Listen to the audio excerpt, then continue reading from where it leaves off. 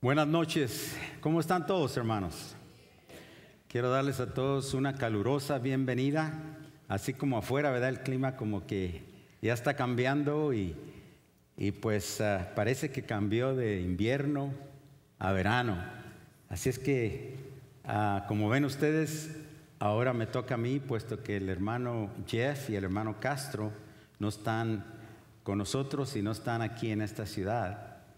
Así es que oren por ellos y antes de todo vamos a orar para que el Señor nos guíe. Padre Santo, venimos ante ti, te dedicamos esta noche a ti, Padre Santo. Habla a nuestros corazones, Señor, quebranta nuestros corazones, Señor. Y te pido, Señor, que si hay alguna persona que todavía no te conoce, que ha luchado por mucho tiempo para entregarse a ti, Señor, que hoy sea esa noche. Bendícenos, Señor. Y guíanos, Padre Santo, te lo pedimos todo en nombre de Cristo Jesús, amén. Esta noche vamos a ver lo que nos dice la palabra de Dios en Primera de Juan 1, ese es el texto de nuestra noche, Primera de Juan 1, el capítulo 1, y vamos a empezar con el versículo 1. ¿Okay?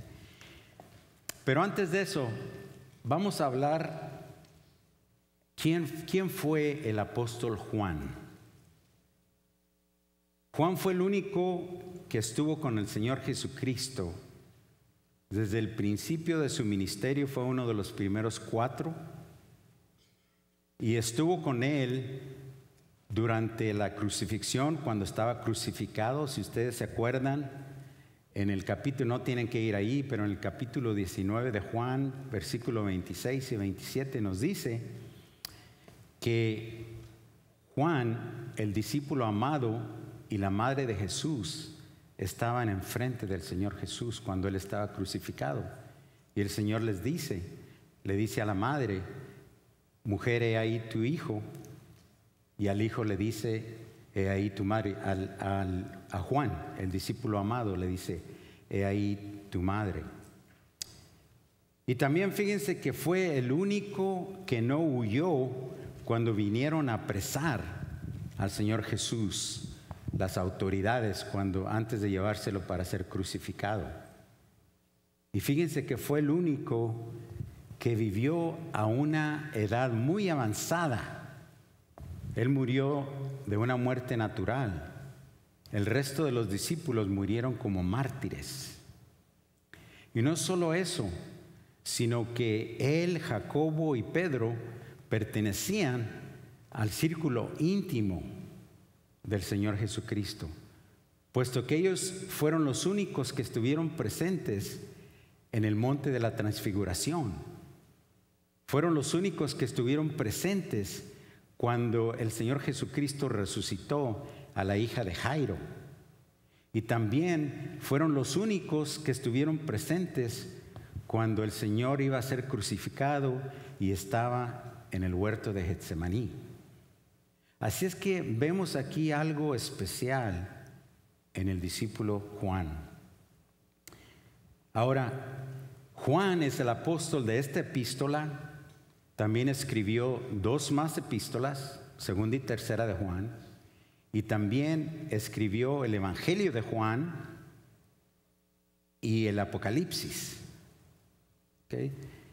Fíjense que cuando él escribió, la razón por la cual Juan escribió esta epístola, hermanos, desde luego que fue para nuestro beneficio como hijos de Dios, pero también fíjese que en este tiempo que Juan escribió esta epístola, había una falsa doctrina que se estaba regando alrededor de Asia Menor, en las iglesias de Asia Menor, que estaban alrededor de la iglesia que Juan dirigía. Él dirigía la iglesia de Éfeso. Y esta religión falsa, esta doctrina falsa, estaban diciendo que el Señor Jesús era un fantasma, era un espíritu. Fíjense en eso. Entonces ellos estaban negando que el Señor Jesús había nacido de una virgen y que ella había concebido por el Espíritu Santo. Y lo peor de esto, hermanos, es que estas personas estaban entre las congregaciones y estaban envenenando las mentes de todos los cristianos. Y este era un problema muy fuerte para la iglesia, porque estaba empezando la iglesia. Entonces, a esto se les llamaba, hermanos, entonces en ese tiempo, y se les llama todavía, los agnósticos. Pero fíjense que estas personas no estaban contentos de mantener sus creencias a sí mismos, sino que estaban empezando a contagiar, como les dije anteriormente, a todas las personas. Y es la razón por la cual Juan escribe a estas iglesias para resolver este gran problema. Por favor, vayan a 1 de Juan 4, 1 al 3, y vamos a ver ahí. Dice: amados, no creáis a todo espíritu, sino probad los espíritus si son de Dios, porque muchos falsos profetas han salido por el mundo. En esto conoced el Espíritu de Dios. Todo espíritu que confiesa que Jesucristo ha venido en carne es de Dios. Y todo espíritu que no confiesa que Jesucristo ha venido en carne no es de Dios. Y este es el espíritu del anticristo, el cual vosotros habéis oído que viene y que ahora ya está en el mundo. Vamos a ver, hermanos, aquí que Juan es un testigo de lo que él y los otros discípulos vieron, escucharon y tocaron. Además, vamos a ver que el propósito de esta carta, aparte de afirmar quién es el Verbo de Dios, es de llevarnos a tener una relación íntima con Dios. Primera de Juan 1:1, nuestro texto esta noche empieza así: lo que era desde el principio, lo que hemos oído, lo que hemos visto con nuestros ojos, lo que hemos contemplado y palparon nuestras manos tocante al verbo de vida. Vamos a ver la primera frase, dice, lo que era desde el principio. Hermanos, qué tremenda forma de empezar una epístola. Con excepción de los hebreos, hermanos, todas las epístolas empiezan con una introducción. Ya sea la persona se introduce a sí mismo y tiene unos saludos a la iglesia o a la persona a que se refiere. Pero esta epístola no empieza así. Empieza sin saludos, sin explicaciones, sin introducción de sí mismo. La contemplación del apóstol Juan era tan absorbente, hermanos, que al compartir esta carta con nosotros, nos trata como si estuviéramos allí presentes. Además, fíjense, Juan empieza con un pronombre que no es personal, como él, porque muy bien hubiera podido empezar con el que era desde el principio, pero no fue así, sino que empezó lo que era desde el principio. Entonces, hermanos, de esto deducimos que Juan no solo está presentando a una persona, pero también está presentando la vida de una persona. Veamos a 1 de Juan 5:20. Vayan a 1 de Juan 5:20.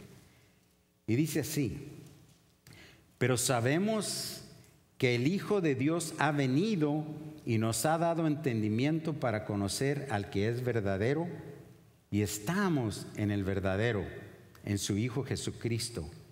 Este es el verdadero Dios y la vida eterna. Dios nos ha dado la vida eterna y esta vida es en su Hijo. En este caso vemos que la vida es inseparable de quién es Él. Él es la vida eterna. Así es que Juan abre esta carta refiriéndose al verbo de vida. Ahora, ¿qué es lo que era desde el principio? Aquí Juan ciertamente no está hablando de Génesis 1:1, de la creación. No está hablando del pasado eterno. Juan está describiendo aquí, hermanos, el principio de la manifestación de la vida eterna aquí en este mundo. La vida eterna estaba con el Padre y ahora es manifestada a los apóstoles. Nunca se había manifestado en este mundo hasta que Cristo vino. El principio de esta manifestación fue cuando el Verbo se hizo carne, cuando el Hijo Eterno se hizo hombre. Este, hermanos, es el principio del que Juan habla. Ahora veamos algunos versículos, 2 versículos que confirman esto. Miqueas 5:2, vayan a Miqueas 5:2. Y dice así: pero tú, Belén Éfrata, pequeña para estar entre las familias de Judá, de ti me saldrá el que será Señor en Israel, y sus salidas son desde el principio, desde los días de la eternidad. Aquí Miqueas está profetizando que en el pequeño pueblo de Belén iba a ser el lugar en donde iba a empezar esta manifestación, donde Jesús iba a nacer, cientos de años antes de que Él naciera. Y no solamente nos está diciendo esto, hermanos, nos está diciendo que Él siempre ha existido. Entonces veamos también, este otro versículo. Y este versículo viene del mismo Hijo de Dios, Juan 17:5. Dice: ahora pues, Padre, glorifícame tú al lado tuyo con aquella gloria que tuve contigo antes que el mundo fuese. Nuestro Señor Jesucristo aquí mismo nos está diciendo que Él siempre ha existido. Así es que hemos visto 2 versículos. 2 de ellos nos dice que Él siempre ha existido, y uno de ellos nos dice el lugar donde va a ser esta manifestación. Primera de Juan 1:1, le seguimos ahí, dice: lo que hemos oído, esta otra frase.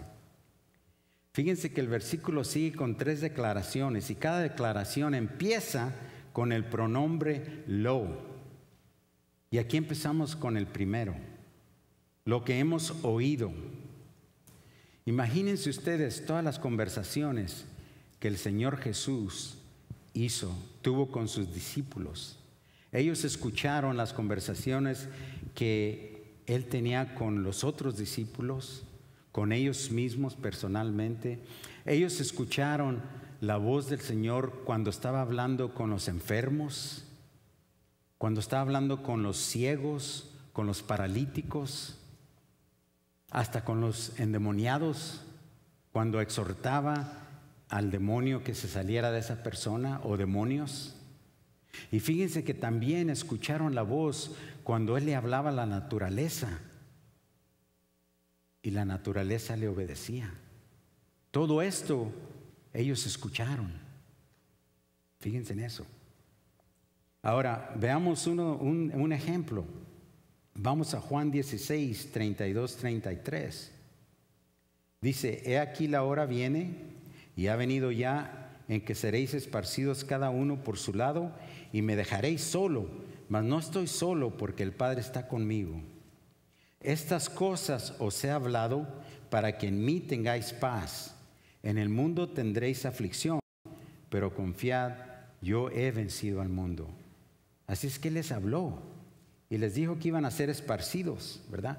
Y que iban a tener aflicción, pero les dice que con Él va a estar siempre con ellos, y que van a tener paz. Fíjense, hermanos, en Marcos 4, 38, 39 también nos dice algo más interesante. Dice: y Él estaba en la popa durmiendo sobre un cabezal, hablando del Señor Jesús, y le despertaron y le dijeron: Maestro, ¿no tienes cuidado que perecemos?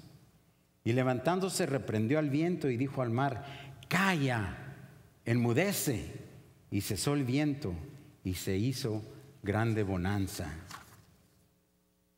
Fíjense, me imagino, hermanos, que cuando ellos escucharon esto, y dice la palabra de Dios que tuvieron gran temor y se preguntaban unos a otros: ¿quién es este que aun el viento y el mar le obedecen? Fíjense nomás. Y luego sigue el versículo, hermanos, dice: lo que hemos visto con nuestros ojos, lo que hemos contemplado. Juan, al igual que los otros discípulos, vivieron con el Señor 3 años y medio.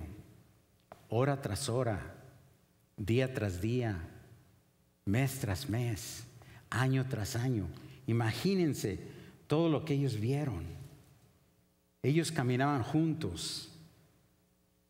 El sol les daba a todos juntos.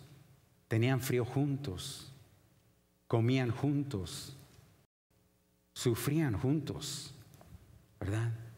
Todo lo hacían juntos. Veamos Juan 1:14. Dice: y aquel verbo fue hecho carne y habitó entre nosotros, y vimos su gloria, gloria como del unigénito del Padre, lleno de gracia y verdad. Y también, por favor, vayan a 2 de Pedro 1:16 y 18.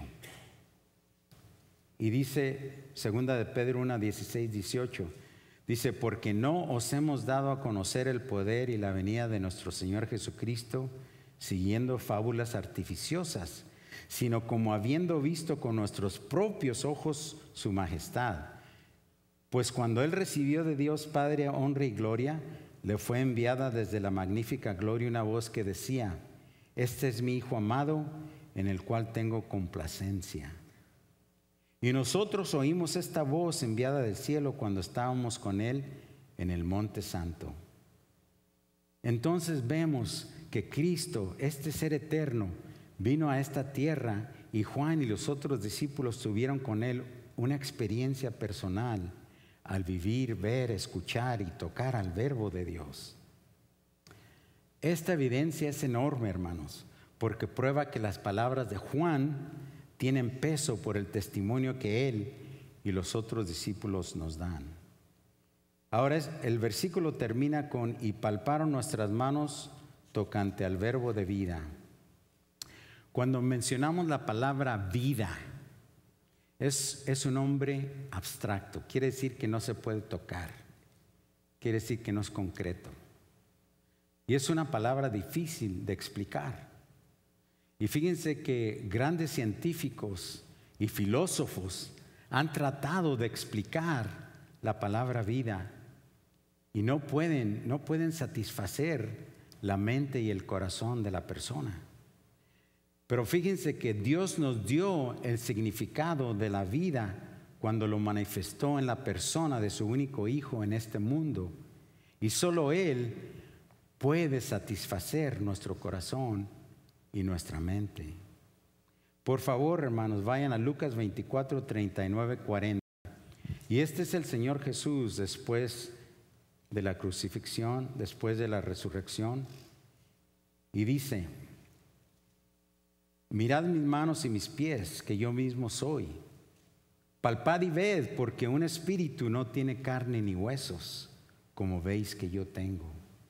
Y diciendo esto, les mostró las manos y los pies. El Señor quería que los 11 discípulos y todas las personas que estaban ahí alrededor vieran que Él no era un espíritu, sino el Señor Jesucristo en un cuerpo glorificado, y los invitó a que le tocaran. Y es lo que Juan dice en el versículo 1. Ahora vayan a Mateo 14, 30, 31. Y dice así: pero al ver el fuerte viento tuvo miedo, y comenzando a hundirse, dio voces diciendo: Señor, sálvame. Al momento Jesús extendiendo la mano, asió de él y le dijo: hombre de poca fe, ¿por qué dudaste? Este pasaje ustedes todos lo conocen. Se trata de Pedro. Cuando él dudó, cuando vio la tormenta, las olas, él estaba caminando porque le dijo al Señor: ven. Pero cuando él empezó a caminar y vio las olas, entonces su fe empezó a menguar y se hundió.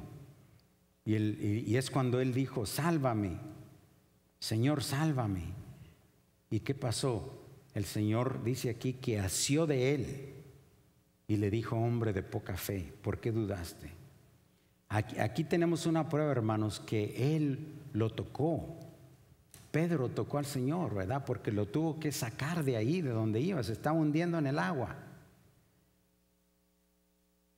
Fíjense, entonces resumiendo todo lo que Juan nos dijo acerca del verbo de la vida, dice él, lo hemos escuchado, lo hemos visto, lo hemos contemplado y lo hemos tocado. Ahora, ¿cómo se aplica esto a nosotros, hermanos? Ciertamente nosotros no lo hemos visto, no lo hemos tocado, no lo hemos escuchado, no lo hemos contemplado. Si hay alguna persona que ha visto al Señor Jesucristo aquí y lo ha tocado, dígame, hermanos, después hablamos. Pero fíjense que, hermanos, espiritualmente, sí. Fíjense que desde que el Señor le habló a usted y a mí, cuando usted escuchó la palabra de Dios, cuando escuchamos la palabra de Dios, Él nos tocó nuestro corazón y le aceptamos. Y fíjense que Él sigue hablando a nuestro corazón por medio de su palabra, por medio de una persona que está en el púlpito de un siervo de Dios, y nos sigue tocando nuestro corazón. Y ¿saben qué también le hemos visto? Vemos su mano sobre nosotros diariamente, cómo nos cuida, cómo nos guarda, cómo nos guía, cómo nos anima, cómo nos ama. Fíjense en eso.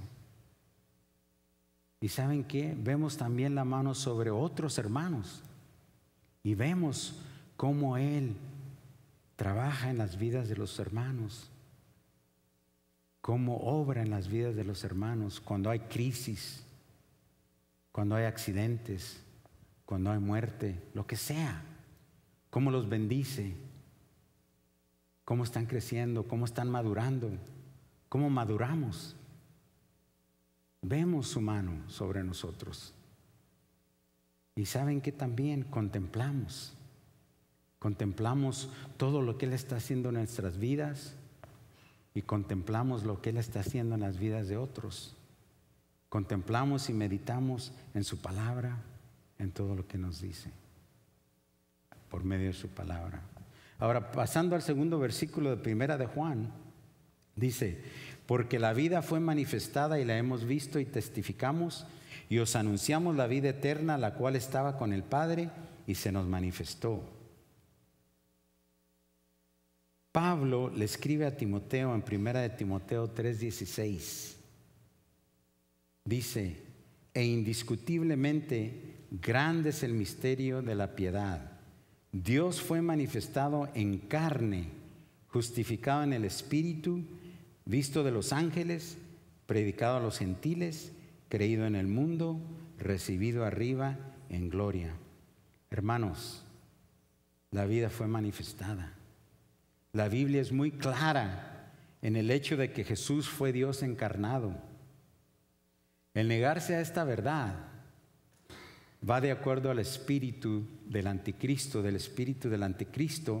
y de acuerdo a la falsa doctrina del agnosticismo que hace poco estaba explicando yo brevemente.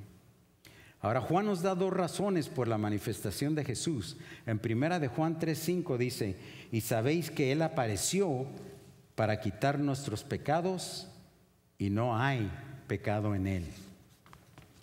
Aquí nos dice Juan que Él se apareció, se manifestó para quitar nuestros pecados, el pecado suyo y el pecado mío.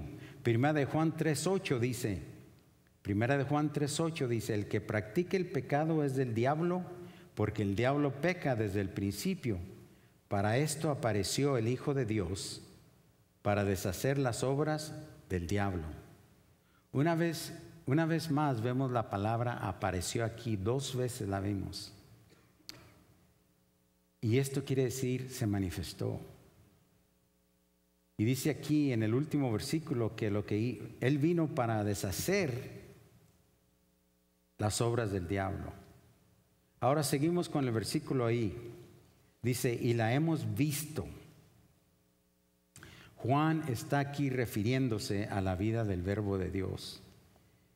Si vamos a Pedro, a segunda de Pedro 1:16, que ya leímos una vez, podemos ver esto más claro. Dice, porque no os hemos dado a conocer el poder y la venida de nuestro Señor Jesucristo siguiendo fábulas artificiosas, sino como habiendo visto con nuestros propios ojos su majestad. Pedro nos asegura que ellos lo vieron con sus propios ojos. Así como usted puede ver a la persona alrededor suyo, al lado suyo, así como usted me está viendo a mí y yo a usted, así lo vieron ellos, por 3 años y medio. Ahora, siguiendo el versículo, dice, y testificamos y os anunciamos la vida eterna, la cual estaba con el Padre y se nos manifestó. Fíjense que para probar un caso, hermanos, siempre es bueno tener testigos oculares. En una corte, si usted es inocente, quiere probar que usted es inocente, y usted tiene varios testigos oculares que pueden decir y dar testimonio y testificar que usted es inocente, usted probablemente va a salir libre, ¿verdad? De cualquier cargo que le están acusando. Así es que, y fíjense lo que dice aquí, Juan 15:26-27, es el mismo Señor Jesucristo diciendo esto. Pero cuando venga el Consolador, a quien yo os enviaré del Padre, el Espíritu de verdad, el cual procede del Padre, Él dará testimonio acerca de mí. Y vosotros daréis testimonio también, porque habéis estado conmigo desde el principio. El Señor Jesús les dice a sus discípulos que el Espíritu Santo y ellos van a dar testimonio. Fíjense que un testimonio, un testigo verdadero, hermanos, no es uno que solamente habla de Jesús, pero es uno que anuncia con su vida la vida que Cristo ofrece. Nuestras vidas son testigos mucho más poderosos que nuestras palabras. Muchas veces lo que decimos no es lo que somos. Si yo predico una cosa y hago otra cosa, entonces la gente no me va a creer. No solamente debemos decir la verdad acerca de Jesús, necesitamos vivir la verdad con nuestras vidas. Hay un dicho que todos conocemos que dice, entre el dicho y hecho hay mucho trecho. Ahora, pasando al versículo 3, Juan empieza diciendo, lo que hemos visto y oído, eso os anunciamos para que también vosotros tengáis comunión con nosotros, y nuestra comunión verdaderamente es con el Padre y con su Hijo Jesucristo.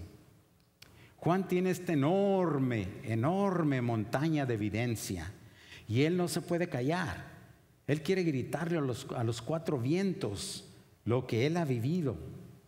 Y empezando el 3er versículo, Juan nos dice lo que hemos visto y oído. Juan nos acaba de compartir lo que era desde el principio, lo que era desde la eternidad. Ahora Juan reafirma aquí en este versículo 3 que lo vieron y oyeron, y es por eso que ahora lo anuncian. Eso os anunciamos, dice aquí. El propósito de Juan es decirle a todo el mundo que Él vino para salvarlo y también para derribar todas las barreras que separaban a los hombres, barreras raciales, así griegos como judíos, barreras sociales, esclavo como una persona libre, barreras del sexo, hombre o mujer. El mundo, hermanos, en los días del Señor Jesucristo estaba muy marcado, había divisiones muy marcadas en el tiempo del Señor Jesucristo. Los judíos querían absolutamente nada con los samaritanos o con ninguna otra raza. Para el judío, el mundo estaba dividido entre el gentil y el judío. El judío no comía con un gentil. Los judíos pensaban que solo el judío iba a ser salvo.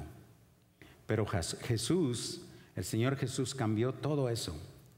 Si vamos a Efesios 2, 14, 15, aquí nos dice claramente, dice, porque Él es nuestra paz, que de ambos pueblos hizo uno, derribando la pared intermedia de separación, aboliendo en su carne las enemistades, la ley de los mandamientos expresados en ordenanzas, para crear en sí mismo de los dos un solo y nuevo hombre, haciendo la paz. Como vemos aquí, hermanos, el Señor Jesús derribó todas estas barreras que existían entre el judío y el gentil. Pero tristemente es decir que todavía hay muchas barreras, hermanos, muchos prejuicios entre razas, entre nacionalidades. Y fíjense que, hermanos, esto no debe existir entre los cristianos. Esto no debe existir. En el tiempo de nuestro Señor Jesús había un gran porcentaje de esclavos. Estos esclavos eran considerados como animales. Les podían pegar, los podían golpear, los podían maltratar. Eran propiedad de sus dueños. Ellos podían usarlos o abusarlos como ellos querían. Los compraban o los vendían a su antojo. No tenían ningún derecho propio. Además, en este tiempo, la mujer estaba en un nivel un poco más arriba que un esclavo. No tenían derecho para educarse y los padres las vendían a maridos que les ofrecían dinero, más dinero. Al que le ofrecía más dinero, a ese se lo vendían. Los griegos decían que todo hombre debería tener una concubina como compañera y una esposa para que le diera hijos. Imagínense ustedes. Pero Jesús vino a cambiar todo esto, hermanos, porque todo ser humano es precioso delante de los ojos del Señor. El pobre como el rico, la mujer como el hombre, el campesino como el cosmopolitano. Lo maravilloso de las buenas nuevas es que sigue rompiendo las barreras del pecado. La enseñanza para nosotros, hermanos, es la misma. Tenemos la misma misión usted y yo.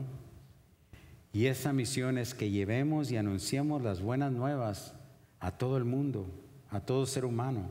No importa la raza, el sexo, el nivel social, no importa.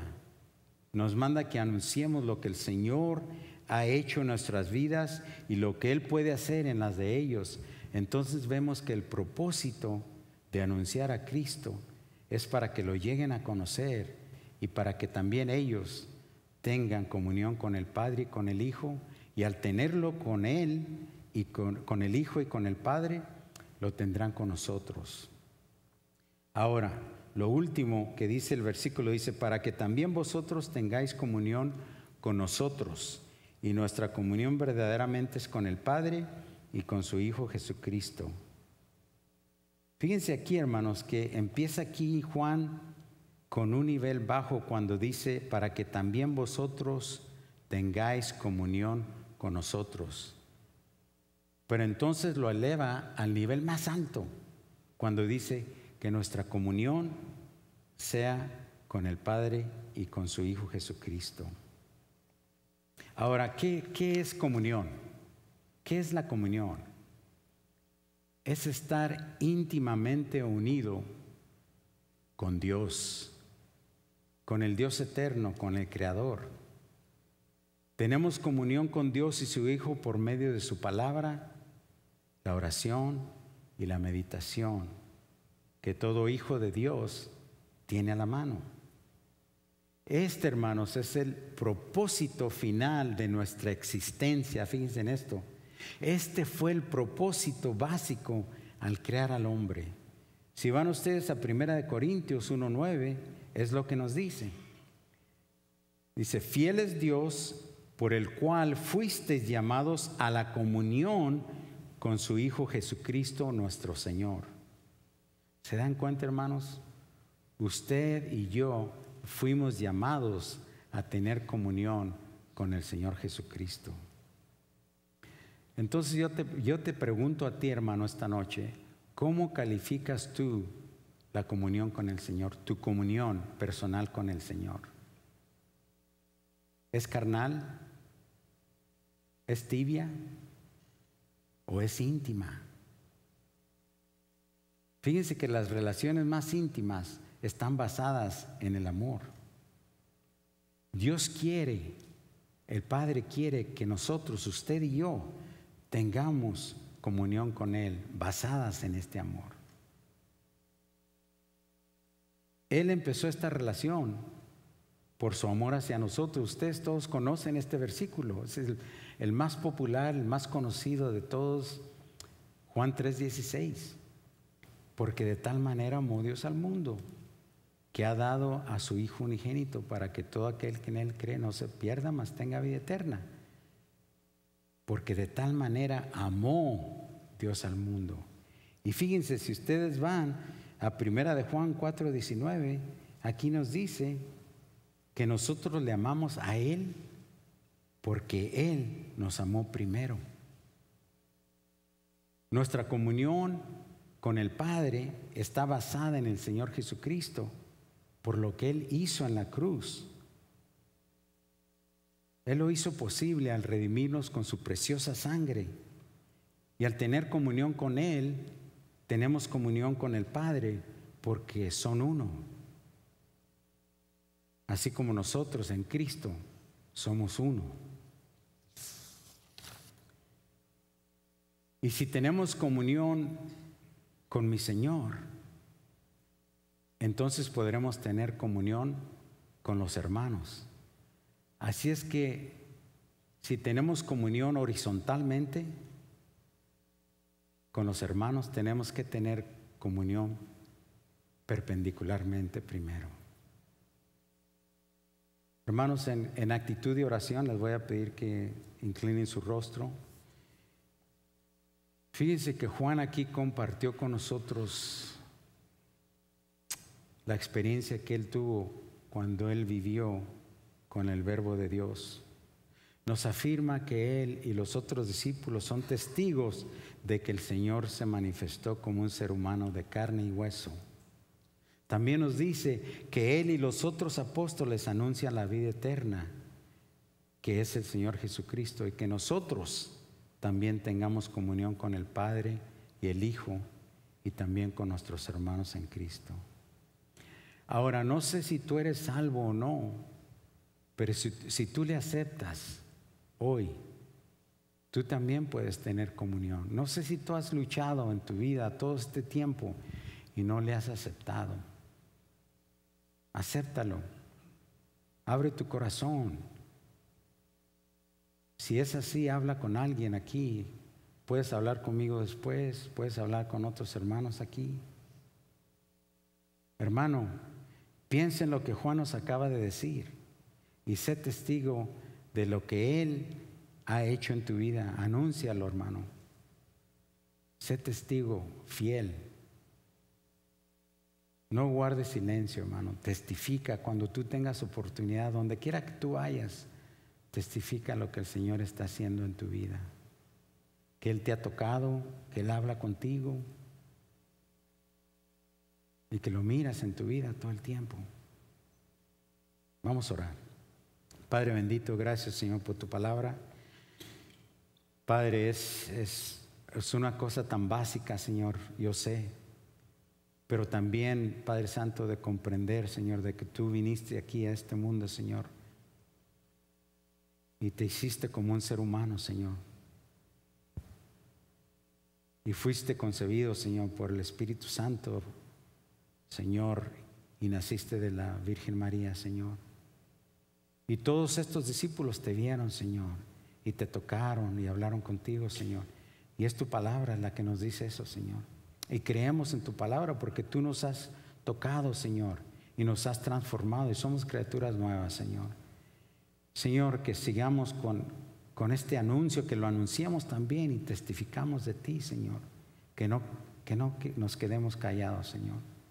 Bendícenos, Señor. Bendice a cada persona que está presente, Señor. y salgamos de aquí, Señor, listos para anunciar tu santo nombre, Señor. Gracias por todo.